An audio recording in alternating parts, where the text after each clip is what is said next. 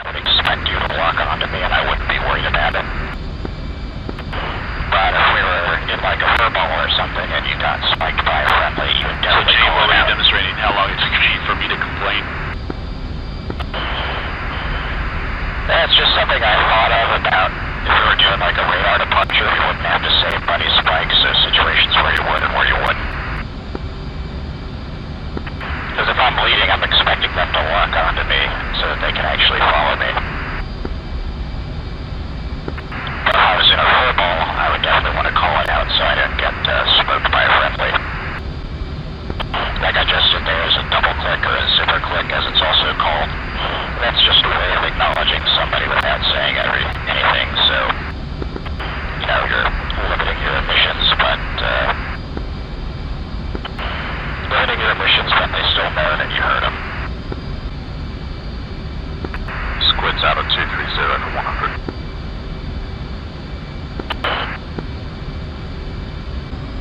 Yeah, sure.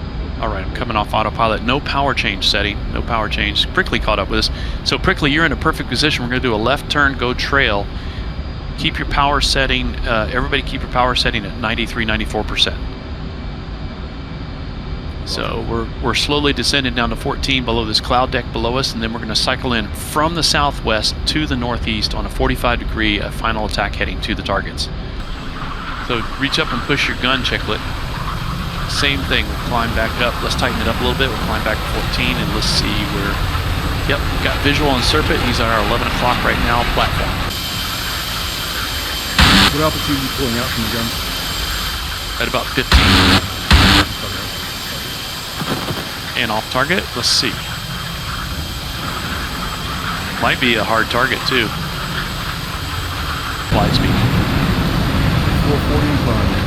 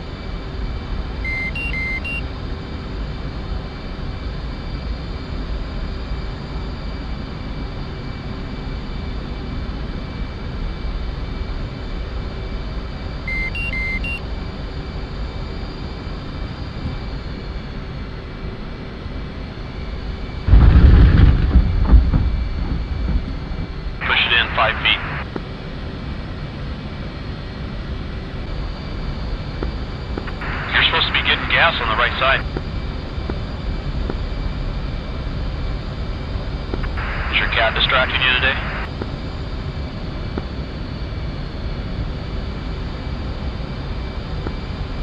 Yeah, so you're number 2 to radio, so you'll be in close on me until I get pre-contact, and immediately when I start to go to the basket, after I've been cleared in, you'll go to the right basket and get it.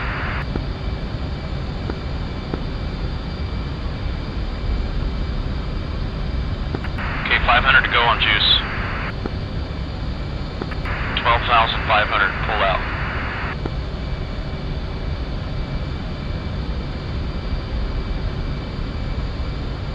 Return pre-contact.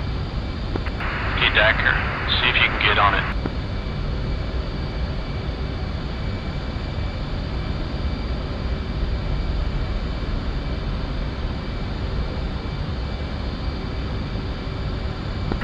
One of the worst things you can do is to forget to close your probe. That means your tanks won't feed. About a little short story from 1984, William Tell. We took a KC-10 in 6 F-15s from Okinawa to Florida nonstop for 15 and a half hours. As we were flying up over the Aleutians and we were, north of Japan, the Sea of Japan, flying past the Russians, we were telling all kinds of communist jokes on open radio. Another thing we do at the start of every mission when we're on the deck is a radio check-in just to make sure we're all on the same frequencies. So, we would just check Pry and then aux on whatever the free frequencies were. We could talk about it in Discord before hitting the fly button beforehand. But it would just sound something like Roman check Pry, 2, 3, 4, Roman check aux, 2, 3, 4. Of course, we're talking on the appropriate radios at the time. As far as switching channels during the mission goes, there's push and go. Have you all heard the difference before?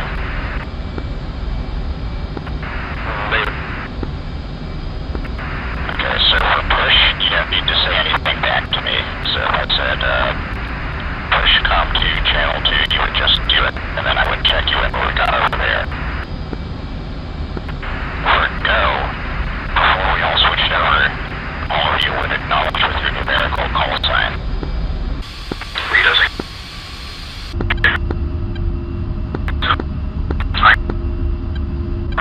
Nellis traffic, Hawk 41, 2810's taken 3 right for departure, will be off to the west. Nellis. I guess one thing we can talk about is radar scan. It's a little bit inefficient, of course, for us to just be on this 140-degree bar scan that we all have set up. So we would divvy up on sectors that we want to scan, and I'm sure in real life there's a lot more that goes into it than this, but as an example, Brickley and I would scan the left side of our scopes, and one of us would look, say, at or below 20,000, and the other one would look 20,000 and above. And Circuit and Gumby, you would do the same thing on the right side of the scope. Okay, Matt, Mother doesn't do this yet, but what we'll do is we'll just go ahead and assume stack up 2, 3, and 4,000 feet. Check, so we'll take 3,000. That way, if you need to spin, you can take 2. Okay.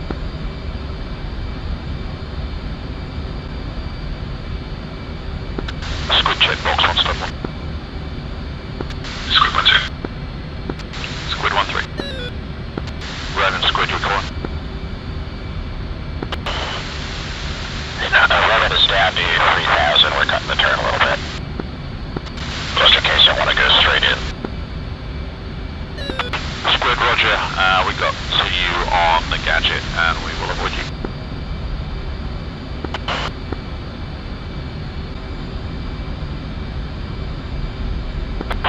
Alright, so now we're at about 140 miles from the carrier. If y'all have your tack hands on, 71 X-ray. I'm going to start thinking about getting ready to land. It's on that Newport that juicing out the checklist portion. There's the hail our checks. We're going it down to the carrier.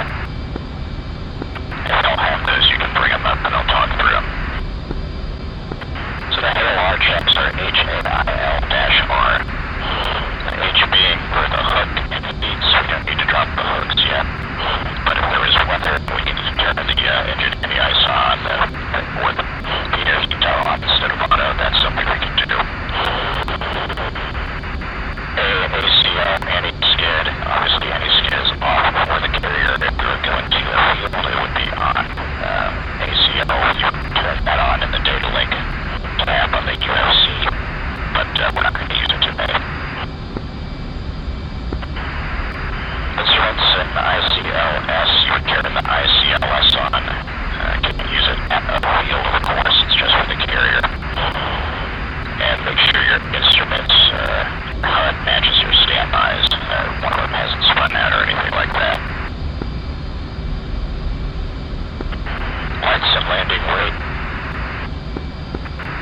Once we talked a little bit about last week, but remember, going to the boat, we will not use the landing or light on approach, so the LSO can see the AOA indicator on the nose gear. Otherwise, it's kind of situational dependent. For light conditions as they are now, our strobes and position lights are going to be full bright. At night, we would use formation lights as required. And landing weight, we want to make sure we're going to be on the deck less than 33K of grip weight, and you can see that in the checklist page in your MFD.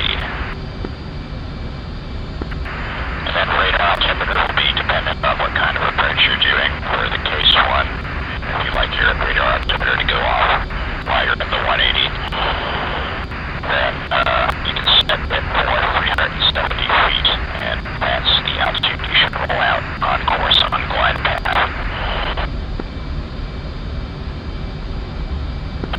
As far as setting up your DDIs go, as it will just kind of be all technique, so whichever one you like the best. I usually have the FCS on my right one, the HUD on the left one, and the HSI on the middle.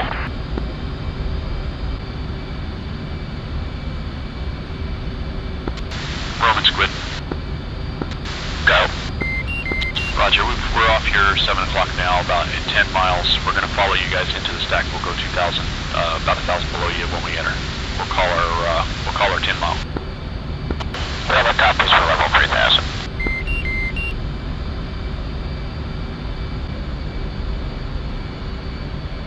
And Roman, don't believe me too. Required landing weight is once we go bingo, anticipate new bingo set 3,500.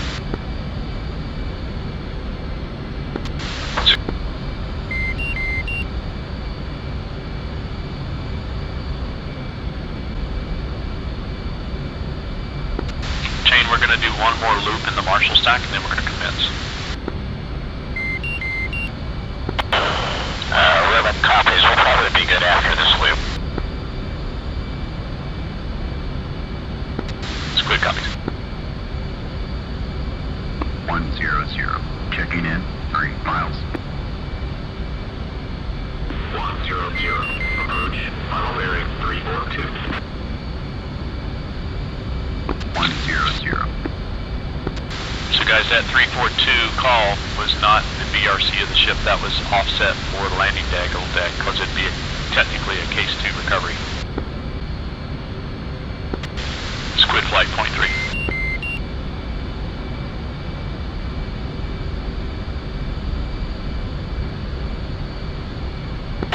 Roman point 1 ready to commence.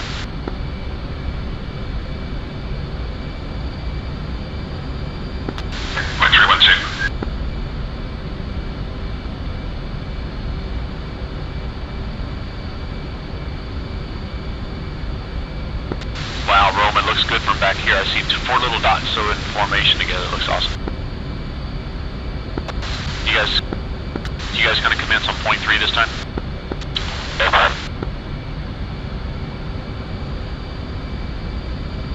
Roger, we'll take an extra circuit in the circle. Roman. If you're looking to join thousands of others who are enjoying the PC VR journey in flight simulation or racing simulation, then look no further than the Pimax Crystal Lite, which is their entry-level VR headset with some of the best visuals in the business. Right now, the Pimax team is offering a limited time offer trade-in deal on your current headset so that you too can enjoy the clarity of glass-aspheric lenses providing ultra-sharp 2880 by 2880 resolution per eye. Not only that, but the team advised me recently that they have now expanded the trade-in option for the Crystal Super. This is the flagship headset supporting retina levels of clarity, and by taking advantage of this limited option trade-in deal, you'll get the Pimax DMAS headphones valued at $99 and prescription lenses powered by Hans VR up to $159.90.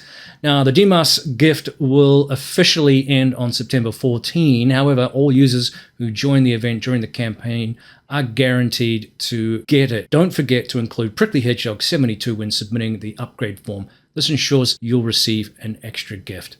Now, with this trade-in deal and limited free shipping to the US, EU, UK, Australia, and Canada, it's never been easier to dive into the amazing experience that VR delivers thanks to Pimax. Check out the link in the description below for more information so that you can start your own immersive experience in VR with Pimax.